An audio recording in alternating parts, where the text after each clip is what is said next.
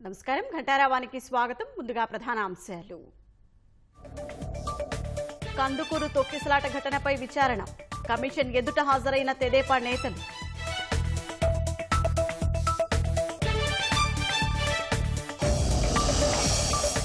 శ్మశానాలను వదలని వైకాపా నేతలు.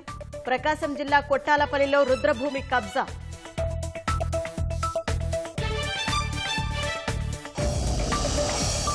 పదిహేను మందితో దుర్గగుడి పాలక మండలి నియామకం. త్వరలోనే చైర్మన్ను ఎన్నుకోనున్న సభ్యులు.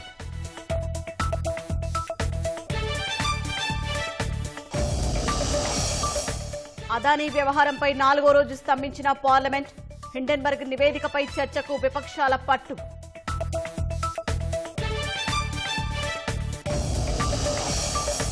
పేదల ప్రయోజనాలు దృష్టిలో ఉంచుకునే బడ్జెట్ రూపకల్పన. ఎన్నికల బడ్జెట్గా ఎవరూ విమర్శించడం లేదన్న ప్రధాని.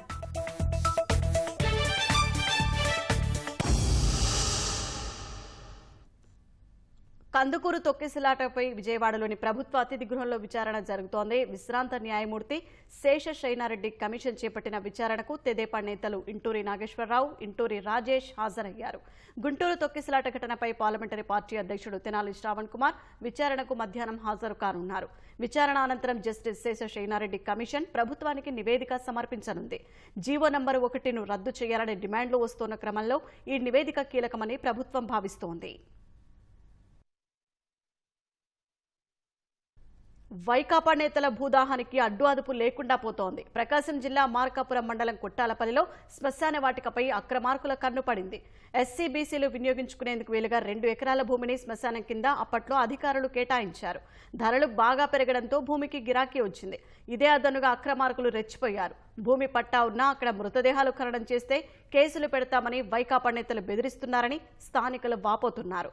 పూర్వీకుల సమాధులున్న రుద్రభూమిని అక్రమార్కుల చెర నుంచి విడిపించాలని కోరుతున్నారు. ఈ శ్మశానము మా వేమలకోట పుట్టినప్పుడు మా పెద్దల తరాల నుంచి మేము అనుభవించుకుంటా మా తాతల ముత్తాతల నుంచి పెట్టుకుంటున్నాము. ఇక్కడ ఈ రోజులలో వచ్చి మీకు లేదు, మీది కాదు, ఇది మా పట్టా భూమి అని లెక్కడగా తయారు చేసి మాట్లాడి మమ్మల్ని బయటికి నెట్టేస్తున్నారు. మాకు అద్దెకు పంప ఇస్తారు కానీ శ్మశానం అద్దెకి ఇచ్చేవాడు లేడు. మా శ్మశానం మాకు విమర్శించి ఇవ్వగలగాలని కోరుకుంటున్నాం. ఈరోజు మాకు శ్మశానం లేదని అతను వైసీపీ నాయకులు వేములకోటలో వాళ్ళు దౌర్జన్యంగా మీరు అక్కడ పెడితే మీ మీద కేసు పెడతామని చెప్పేసి మమ్మల్ని బెదిరిస్తూ ఉన్నారు. ఇంత దుర్మార్గంగా వ్యవహరిస్తుంటారు వీళ్ళు. శ్మశానం కూడా ఆక్రమించుకొని మీరు దాంట్లో పెడితే మీకు ఖచ్చితంగా మీ మీద కేసు పెడతామని చెప్పేసి కూడా బెదిరిస్తుంటారు. మా నాన్న వాళ్ళ మా అమ్మ వాళ్ళ కానీ పెట్టాం. ఇప్పుడు మాత్రం మా మీది కాదు, శ్మశానం మాది అంటున్నారు. మళ్ళీ దీనికేం తెలియదండి, మాకు ఎక్కడా లేదు శ్మశానం. దయచేసి కొంచెం శ్మశానం వచ్చేటట్టు చూడండి. మేమైతే 3 తరాలుగా పెడుతున్నాం ఇక్కడనే. దయచేసి వాళ్ళ మీద చర్యలే తీసుకొని కొంచెం మాకు శ్మశానం వచ్చేటట్టు చేయండి. విజయవాడ ఇంద్రకీలాద్రిపై కొలువైన కనకదుర్గమ్మ ఆలయానికి 15 మందితో ప్రభుత్వం నూతన పాలక మండలిని ప్రకటించింది. ఈ మేరకు 15 మంది సభ్యులతో కూడిన పేర్లు విడుదల చేసింది. కర్నాటి రాంబాబు, కేసరి నాగమణి, కట్టా సత్తయ్య, బుద్ధ రాంబాబు, దేవిశెట్టి బాలకృష్ణ, చింతా సింహాచలం సహా 15 మందిని పాలక మండలి సభ్యులుగా చేరుస్తూ ఉత్తర్వులు విడుదలయ్యాయి. ఈ 15 మంది సభ్యులు కలిసి పాలక మండలి చైర్మన్ను ఎన్నుకోనున్నారు. వైఎస్ వివేకానందరెడ్డి హత్య కేసు అంశంలో పొన్నూరు మాజీ ఎమ్మెల్యే ధూళిపాళ్ల నరేంద్ర తీవ్ర ఆరోపణలు చేశారు. గుంటూరు మిర్చి వ్యాపారి నరేంద్ర అపహరణ కేసులో స్థానిక ఎమ్మెల్యే కిలారి వెంకటరోషయ్య హస్తముందని ఆయన అన్నారు. గుంటూరు జిల్లా పొన్నూరు పట్టణంలో ఇదేం కర్మ మన రాష్ట్రానికి కార్యక్రమంలో భాగంగా 18వ వార్డులో ఆయన పర్యటించారు. సిబిఐ అధికారులు అవినాష్ రెడ్డి విచారిస్తే ముఖ్యమంత్రి గారితో ఆయన సతీమణితో మాట్లాడటానికి ముఖ్యమంత్రి గారు అలాగే ఆ ఇంట్లో ఉన్న నవీన్ అనే వ్యక్తులకి మేము ఫోన్ చేసినట్టు వాళ్ళతో మాట్లాడిన తర్వాతే మర్డర్ని గుండెపోటుగా చిత్రీకరించడం జరిగింది అనేది స్పష్టంగా కనపడతాం. గుంటూరులో కృషి వ్యాపారంలో ఉన్న నరేంద్ర కుమార్ అనే ఒక వైశ్యుడు మన శాసనసభ్యుడు కిలారి వెంకట రోసయ్య సహకారంతో కిడ్నాప్ చేశారో ఆ నగరంపాలెం పోలీసులు అందరికీ సందేశం పంపించడం వలన ఇతన్ని తీసుకువెళ్లి కిలారి వెంకట రోసయ్య ప్రధాన అనుచరుడు ఉంటాడు బ్రహ్మ వెంకటరావు అనే వ్యక్తి శ్రీశైలం వరకు తీసుకెళ్లి అతన్ని కొట్టి డబ్బులు ఇస్తామని కమిట్ చేయించుకొని పోలీసులు తమను గమనిస్తున్నారని తెలియడంతో వినుకొండలో తీసుకొచ్చినప్పుడు అక్కడ ఉన్న 10 మందితో సహా పట్టుకున్నారు. కొన్నూరులో కూడా 2-3 వ్యక్తులు కిడ్నాప్ లో భాగస్వాములైనట్టు తెలుస్తా ఉంది. అల్లూరి సీతారామరాజు జిల్లా జీకేవీధి మండలం ఆకులూరులో జీలుగు కళ్లు తాగి ఓ వ్యక్తి మృతి చెందగా నలుగురు అస్వస్థతకు గురయ్యారు. వీరిలో తండ్రి కొడుకు అపస్మారక స్థితిలో ఉండటంతో చింతపల్లి ఆసుపత్రికి తరలించారు. చికిత్స పొందుతూ కుమారుడు లోవరాజు మృతి చెందగా తండ్రిని మెరుగైన వైద్యం కోసం నర్సీపట్నం ఆసుపత్రికి తరలించారు. కేంద్రం ప్రవేశపెట్టే ప్రతి బడ్జెట్లోనూ పేదల ప్రయోజనాలే తమకు అత్యంత ముఖ్యమైనవని ప్రధాని నరేంద్ర మోదీ ఉద్ఘాటించారు. పార్లమెంట్ సమావేశాల సందర్భంగా బడ్జెట్ ప్రవేశపెట్టిన తర్వాత జరిగిన తొలి భాజపా పార్లమెంటరీ సమావేశంలో ప్రధాని ప్రసంగించారు. ఎన్నికలకు ముందు ఇదే చివరి పూర్తిస్థాయి బడ్జెట్ అయినప్పటికీ ఎవరూ దీన్ని ఎన్నికల బడ్జెట్ అని పిలవడం లేదన్నారు. బడ్జెట్పై అభినందనలు కురిపిస్తూ ప్రధానమంత్రి నరేంద్ర మోదీకి సన్మానం చేశారు. భాజపా జాతీయ అధ్యక్షుడు జేపీ నడ్డా మోదీకి పూలదండ వేయగా అక్కడ ఉన్న నేతలంతా చప్పట్లు కొట్టారు. తర్వాత ఆర్థిక మంత్రి నిర్మలా సీతారామన్ కు కూడా పూలదండ వేశారు. ప్రధాని మోదీ నేతృత్వంలో కేంద్ర ఆర్థిక మంత్రి నిర్మలా సీతారామన్ జనరంజకమైన బడ్జెట్ను రూపొందించారని భాజపా నేతలు కొనియాడారు. పార్లమెంట్ సమావేశాలు జరిగే సమయంలో ప్రతి మంగళవారం భాజపా సమావేశాలు నిర్వహిస్తుంది.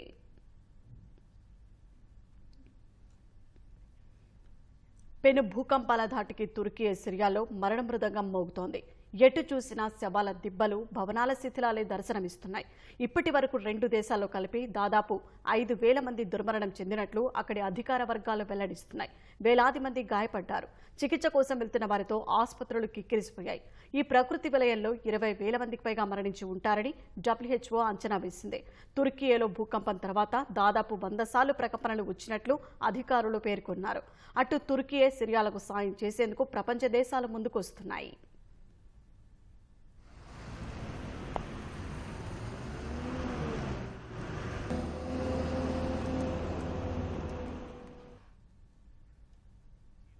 ధ్వంసమైన భవనాలు, శవాల దిబ్బలు, గాయాలతో రక్తాలు కారుతున్నవారు. ఇదే ఇప్పుడు తుర్కీ సిరియాల్లో ఎటు చూసినా కనిపించే పరిస్థితి. ప్రకృతి విలయతాండవానికి ఈ 2 దేశాలు చిగురుటాకులా వణికిపోయాయి. భూకంప ప్రభావిత ప్రాంతాలు మరుభూమిని తలపిస్తున్నాయి. గంటల వ్యవధిలో 2 దేశాలను కుదిపేసిన భారీ భూకంపాల ధాటికి దాదాపు 5,000 మంది మృత్యువాత పడినట్లు స్థానిక అధికారులు, ప్రభుత్వ వర్గాలు చెబుతున్నాయి.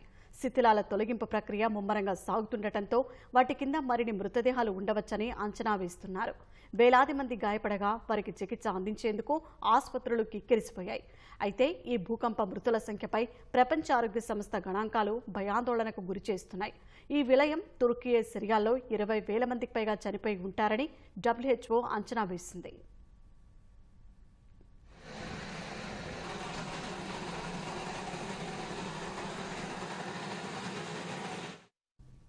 తుర్కీలో భూకంపం తర్వాత దాదాపు 100 సార్లు ప్రకంపనలు వచ్చినట్లు అధికారులు పేర్కొన్నారు. తుర్కీలోని 10 ప్రావిన్సుల్లో భూకంప తీవ్రత అధికంగా ఉన్నట్లు అధికార వర్గాలు తెలిపాయి. తుర్కీ వ్యాప్తంగా 3,000కు పైగా ప్రజలు చనిపోయినట్లు స్థానిక మీడియా పేర్కొంది. తుర్కీలో సుమారు 15,000 మందికి గాయాలైనట్లు వెల్లడించింది. ఇప్పటి వరకు 6,400 మందిని శిథిలాల నుంచి రక్షించారు.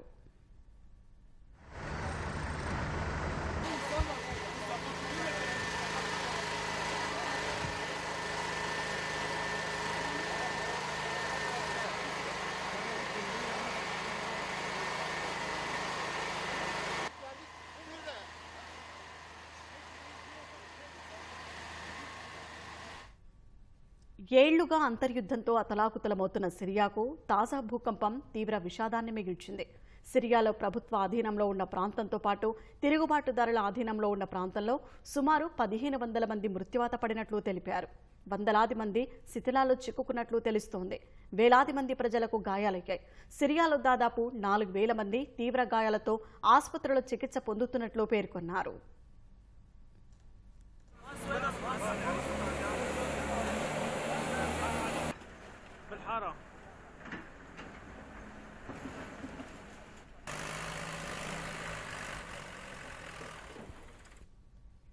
తుర్కీ సిరియాలో నిరాశ్రయులైన వేలాది మంది రాత్రివేళ చలిలోనే తీవ్ర ఇబ్బందులు ఎదుర్కొన్నారు. భూకంప కేంద్రం నుంచి 33 కిలోమీటర్ల దూరంలో ఉన్న తుర్కీలోని గాజియాంటెప్లో ప్రజలు షాపింగ్ మాల్స్, స్టేడియాలు, కమ్యూనిటీ సెంటర్లలో తలదాచుకున్నారు.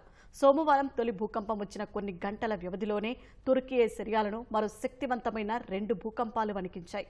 తుర్కీలోని ఆగ్నేయ ప్రావిన్స్ కహ్రమాన్ మరాస్లో కేంద్రీకృతమై ఉన్న భూకంపం డమాస్కస్, బీరూట్ ప్రజలను భయాందోళనకు గురిచేసింది.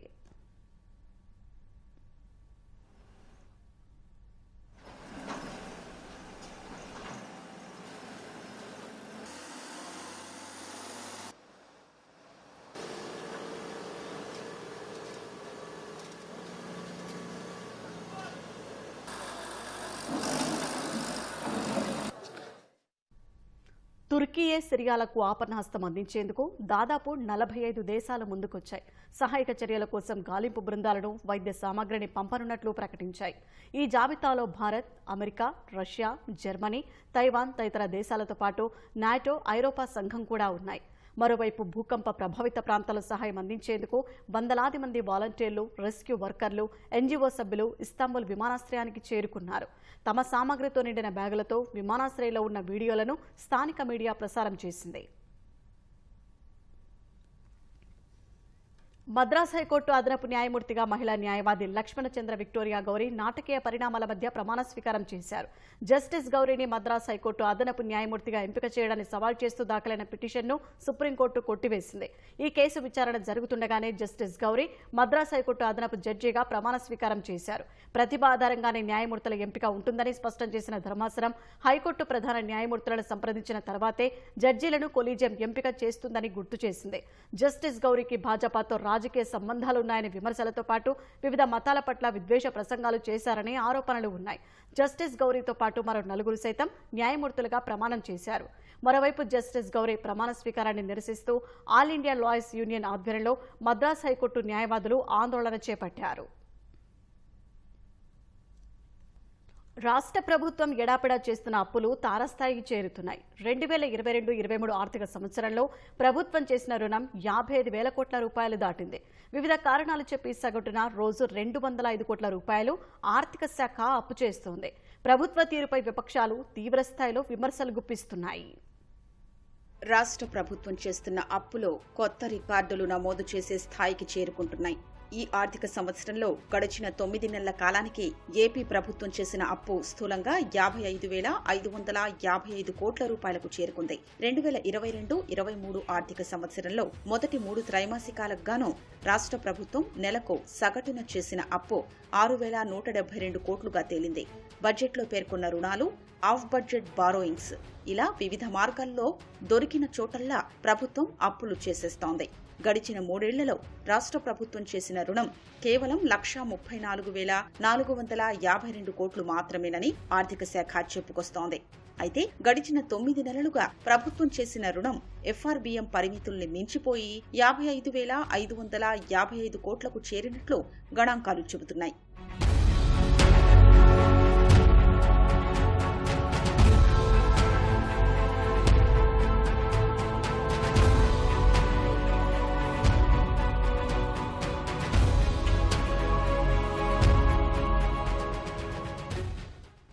ప్రభుత్వ రంగ సంస్థలు, వివిధ కార్పొరేషన్ల ద్వారా తీసుకున్న రుణాల విషయాన్ని పక్కన పెట్టిన ప్రభుత్వం ప్రస్తుతం 2022 మార్చి నాటికి ఏపీ చేసిన రుణం 3,98,903 కోట్ల రూపాయలు మాత్రమేనని చెప్పుకొస్తోంది. అయితే ఆఫ్ బడ్జెట్ బారోయింగ్స్ ద్వారా తీసుకున్న రుణాల్ని బహిర్గత పరచాలని చేస్తున్న డిమాండ్పై ప్రభుత్వం డొంక తిరుగుడు సమాధానమిస్తోంది. మొత్తానికి 2022-23 ఆర్థిక సంవత్సరంలో తీసుకున్న రుణాల మొత్తం 55,000 కోట్లకు చేరిపోవడంతో తదుపరి రుణాలు తీసుకునే అంశంపై నీలినీడలు కమ్ముకున్నాయి. రాజధాని నిర్మాణాన్ని ఆపేసిన రాష్ట్ర ప్రభుత్వం అమరావతికి స్మార్ట్ సిటీ కింద వచ్చే నిధుల్ని సద్వినియోగం చేసుకోవడంలోనూ నిర్లక్ష్యం ప్రదర్శిస్తోంది. ఆకర్షణీయ నగరాల కింద అభివృద్ధి చేసేందుకు కేంద్రం ఇస్తున్న నిధుల్ని ఉపయోగించకపోవడంతో అవి వెనక్కి వెళ్లే పరిస్థితి ఏర్పడింది. గతంలో జరిగిన పనుల్ని ఆపేయడంతో నిర్మాణ సామాగ్రి పాడయ్యే దుస్థితి నెలకొంది. అభివృద్ధి చేయడం చేతకాని పాలకుల వల్లే ఈ పరిస్థితి తలెత్తిందంటూ రాజధాని రైతులు ఆగ్రహం వ్యక్తం చేస్తున్నారు. అమరావతి నిర్మాణానికి 1,00,000 కోట్ల రూపాయలు కావాలి. ఆ నిధులు ఎక్కడి నుంచి తేవాలనేది రాష్ట్ర ప్రభుత్వం తరచుగా ప్రశ్నిస్తున్నమాట. అయితే మనసుంటే మార్గం ఉంటుంది. వివిధ మార్గాల్లో నిధుల సమీకరణ చేసి అద్భుతమైన రాజధాని నిర్మించే అవకాశం ఉన్నప్పటికీ కూడా ఆ అవకాశాలని రాష్ట్ర ప్రభుత్వం వినియోగించుకోవడం లేదనే విమర్శలు ఉన్నాయి. అందుకు ప్రత్యక్ష ఉదాహరణే స్మార్ట్ సిటీకి సంబంధించి కేంద్ర ప్రభుత్వం విడుదల చేస్తున్నటువంటి నిధులను సద్వినియోగం చేసుకోలేకపోవడమే. అమరావతి ప్రాంతంలో ఇలా ఖాళీగా పడినటువంటి పైప్ లైన్లు కావచ్చు, ఇతర నిర్మాణ సామాగ్రి కావచ్చు. గతంలో ఇక్కడ స్మార్ట్ సిటీ కింద చేపట్టినటువంటి అభివృద్ధి పనులను కూడా ఇలాగే మధ్యలోనే ఆగిపోవడంతో ఆ నిధులు కూడా కేంద్ర ప్రభుత్వం నుంచి రానటువంటి పరిస్థితి ఏర్పడింది. కేంద్ర ప్రభుత్వం ఆంధ్రప్రదేశ్ నుంచి ఎంపిక చేసిన ఆకర్షణీయ నగరాల్లో అమరావతి ఒకటి. రాజధానిగా ఉన్న అమరావతితో పాటు తిరుపతి, విశాఖ, కాకినాడ నగరాల్ని అప్పట్లో స్మార్ట్ సిటీలుగా ఎంపిక చేశారు. నగరాల్లో మౌలిక వసతుల్ని అభివృద్ధి చేసి ప్రజలకు మెరుగైన సేవలు అందించడమే స్మార్ట్ సిటీ ఏర్పాటు లక్ష్యం. గత ప్రభుత్వ హయాంలో అమరావతి స్మార్ట్ సిటీలో 2046 కోట్ల రూపాయలతో 21 ప్రాజెక్టులను చేపట్టారు. సిఆర్డీఏ ఆధ్వర్యంలో 560 కోట్ల రూపాయల విలువైన పనులు పూర్తయ్యాయి. వైకాపా సర్కారు వచ్చాక 3.5 ఏళ్లలో 100 కోట్లు మాత్రమే ఖర్చు చేసింది. స్మార్ట్ సిటీ కోటా కింద ఎంపికైన నగరాల్లో అభివృద్ధి పనులకు కేంద్ర రాష్ట్ర ప్రభుత్వాలు ఏటా చెరో 100 కోట్ల రూపాయలు కేటాయించాలి. కేంద్రం తన వాటాను ఎప్పటికప్పుడు కేటాయిస్తూ వస్తున్నా వైకాపా ప్రభుత్వం వచ్చాక రాష్ట్ర కోటా ఇవ్వడం మానేయడమే కాకుండా గత ప్రభుత్వ హయాంలో ప్రతిపాదించిన పనుల్లోనూ కోత పెట్టింది. దీంతో ఎక్కడి పనులు అక్కడే నిలిచిపోయాయి.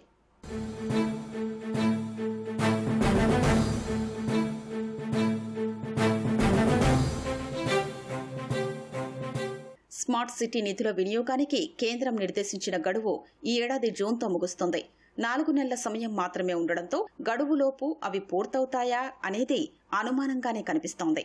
అమరావతి పట్ల ప్రభుత్వ నిర్లక్ష్య వైఖరే ఈ దుస్థితికి కారణమని రాజధాని రైతులు ఆగ్రహం వ్యక్తం చేస్తున్నారు. ఇక్కడ సంపద సృష్టించేటటువంటి రాజధానిలో ఎన్నో భూములు ఉన్నాయి కదండి. 10,000 ఎకరాల భూమి ఉంది. ఆ భూమిని వినియోగించి స్మార్ట్ సిటీ చేయొచ్చు. మరి సింగపూర్ని మించినటువంటి నగరాన్ని కూడా నిర్మించవచ్చు. ఈ పైపులేంటి, ఈ పొలాలేంటి, ఈ ఫ్లాట్లేంటి, ఎంత ఇనుము, సిమెంటు, ఎంత గ్రావిలు, ప్రజాధనాన్ని ఎంత ఆగం చేస్తున్నారు ఇవాళ. ఈ జగన్మోహన్ రెడ్డి గారు వచ్చిన తర్వాత అసలు అభివృద్ధి చేయడానికి రాలేదు, దోచుకోవడానికి దాచుకోవడానికి ఈ ముఖ్యమంత్రి పదవిని అలంకరించాడు జగన్మోహన్ రెడ్డి గారు. కేంద్రం పంపించే నిధుల్లో మీకు నొక్కటానికి వీలు కాదనుకున్నారో ఏమో, ఆ నిధులు మురగబెట్టే పరిస్థితి తీసుకొచ్చి ఇవాళ అమరావతిలో ఇంత పైపులు ఇదంతా ఎక్విప్మెంట్ అంతా ఎక్కడ గాలికి వదిలేసి మీ ఇష్టం వచ్చినట్టు చేస్తున్నారు. ఇది మా సొమ్ము కాదు పరాయి సొమ్ము అని ఈ రకంగా చేస్తున్నారు. మిమ్మల్ని రాష్ట్రం అంతా గమనిస్తుంది. నీవు అభివృద్ధి చేయడానికి అవకాశాలు ఉండి కూడా అవకాశాన్ని ప్రజలకు సద్వినియోగం చేయకుండా, ప్రజల్ని రోడ్లు అనేది లేకుండా, నీళ్లు లేకుండా ఎట్లా వేధిస్తున్నావో ప్రజలందరూ గమనిస్తున్నారు. ప్రాణం ఉసూరుమంటుంది. పనులు చేసేటప్పుడు వర్క్ జరిగిన కాడి నుంచి మేము చూస్తానే ఉన్నాం. ఇక్కడ మహా ఆనందం వేసేది. మంది కూడా ఇంత పెద్ద సిటీ లోపల నుంచి డ్రైనేజ్ వెళ్తుందంటే పెద్ద సిటీ అయిపోతుందని చెప్పి, కానీ వాళ్ళు వీటినన్నిటి ఇట్లా చేస్తే బాధ అనిపిస్తుంది. స్మార్ట్ సిటీ కాదు అగ్లీ సిటీ చేయాలని చెప్పి అసలు రోడ్లు కూడా దోముపోయి కార్లు బస్సులు వెహికల్స్ పోయాయి అని తిరగబడి బాల్తాబడి జనం ఇంకా చచ్చిపోలేదు. ఎందుకు రాజధానిలో ఎదురు చూస్తున్నారు. ఆ రకంగా ఉంది ముఖ్యమంత్రి గారి పరిస్థితి కూడా. అమరావతి స్మార్ట్ సిటీకి సంబంధించి 21 పనుల్లో వైకాపా ప్రభుత్వం 10ని వెనక్కి తీసుకుంది. కేవలం 1,000 కోట్ల రూపాయల పనులకే పరిమితం కావాలని అధికారుల్ని ఆదేశించింది. ఇప్పటి వరకు పూర్తయిన పనులకు సిఆర్డీఏకి సుమారు 570 కోట్ల రూపాయలు విడుదల చేసింది.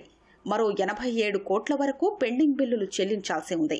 స్మార్ట్ సిటీ నిధుల్ని రాష్ట్ర ప్రభుత్వం ఇతర అవసరాలకు మళ్లించకుండా కేంద్ర ప్రభుత్వం 2022 ఏప్రిల్ నుంచి సింగిల్ నోడల్ ఏజెన్సీ ఖాతా తెరిచి అందులో నిధుల్ని జమ చేయాలని ఆదేశించింది. కానీ రాష్ట్ర ప్రభుత్వం తమ వాటా నిధిలో 223 కోట్ల రూపాయలు జమ చేయకుండా కాలయాపన చేస్తోంది. దీంతో బిల్లులు నిలిచిపోగా మిగతా పనులు పూర్తి చేసేందుకు గుత్తేదారులు ముందుకు రావటం లేదు. స్మార్ట్ సిటీ పరిధిలోని వివిధ ప్రాజెక్టులు చేపట్టే ప్రాంతాల్లో విలువైన పైపులు, నిర్మాణ సామగ్రి వృధాగా పడి పాడైపోతున్నాయి. అమరావతి స్మార్ట్ సిటీ ప్రాజెక్టు పురోగతిపై సీఎం జగన్ కనీసం సమీక్ష కూడా చేయట్లేదు. గతంలో 75% పైగా పూర్తయిన పనుల్ని మాత్రమే కొద్దిగా పూర్తి చేస్తున్నారు. అంగన్వాడీ కేంద్రాలు, హెల్త్ సెంటర్ల నిర్మాణం పూర్తి కావచ్చింది. పురపాలక పట్టణాభివృద్ధి శాఖ ప్రత్యేక ప్రధాన కార్యదర్శి శ్రీలక్ష్మితో పాటు సిఆర్డీఏ కమిషనర్ వివేక్ యాదవ్ ఇటీవల వాటిని పరిశీలించారు. మిగతా పనులపై మాత్రం వారు నోరు మెదపలేదు. స్మార్ట్ సిటీ కింద రావాల్సినటువంటి డబ్బుల్ని ₹1 కూడా వాళ్ళు ఇస్తామరా బాబు అంటే తీసుకురాకుండా ఈ అమరావతిని సర్వనాశనం చేస్తున్నాడు. మరి ఎక్కడ కూడా అభివృద్ధి లేదు, మరి ఉపాధి లేదు, ఉద్యోగాలు లేవు.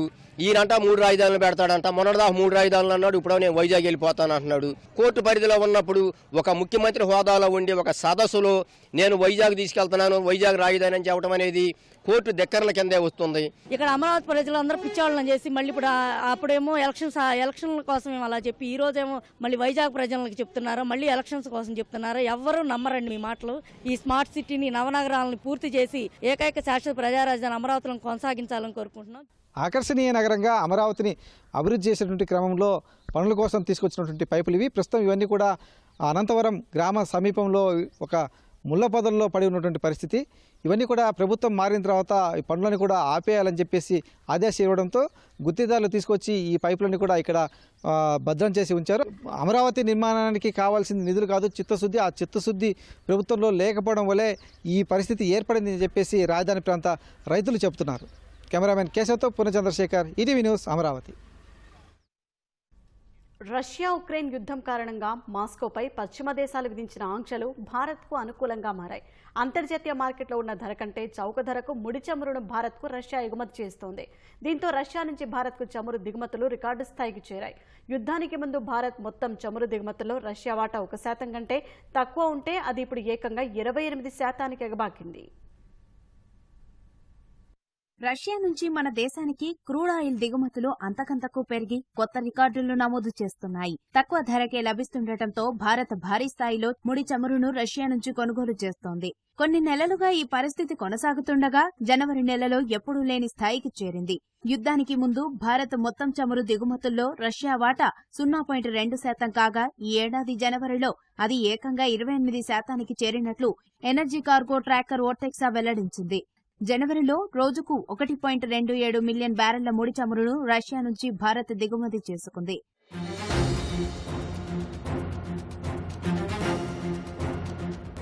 ఉక్రెయిన్పై దాడి తర్వాత పశ్చిమ దేశాలు రష్యాపై ఆంక్షలు విధించాయి. దీంతో ఆదాయం కోసం ముడి చమురును డిస్కౌంట్ ధరకే ఆ దేశం భారత్కు అందిస్తోంది. చైనా, భారత్, రష్యా నుంచి తక్కువ ధరకే క్రూడ్ ఆయిల్ ను దిగుమతి చేసుకుంటున్నాయి.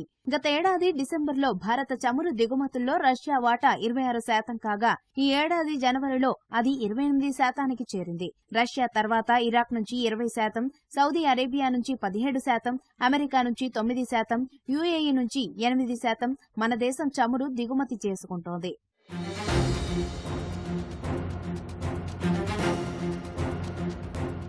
దేశీయ అవసరాలు తీర్చుకోవడానికి ప్రపంచంలో ఎక్కడి నుంచైనా ముడి చమురును దిగుమతి చేసుకోవడానికి భారత్ సిద్ధంగా ఉందని ఇండియా ఎనర్జీ వీక్ కార్యక్రమానికి హాజరైన అధికారులు తెలిపారు. ఇరాన్, వెనజువేలా మినహాస్తే రష్యా ఆయిల్ ను దిగుమతి చేసుకునే విషయంలో భారత్పై ఎలాంటి ఆంక్షలు లేవని పేర్కొన్నారు. మరోవైపు రష్యా ఆయిల్ ను బ్యారెల్కు $60 లేదా అంతకంటే తక్కువకే కొనుగోలు చేయాలని G7 దేశాలు పరిమితి విధించగా భారత్ అంతకంటే తక్కువకే కొనుగోలు చేస్తోందని పరిశ్రమ వర్గాలు తెలిపాయి. చైనా, అమెరికా తర్వాత భారత్ ప్రపంచంలో 3వ అతిపెద్ద చమురు దిగుమతిదారుగా ఉంది.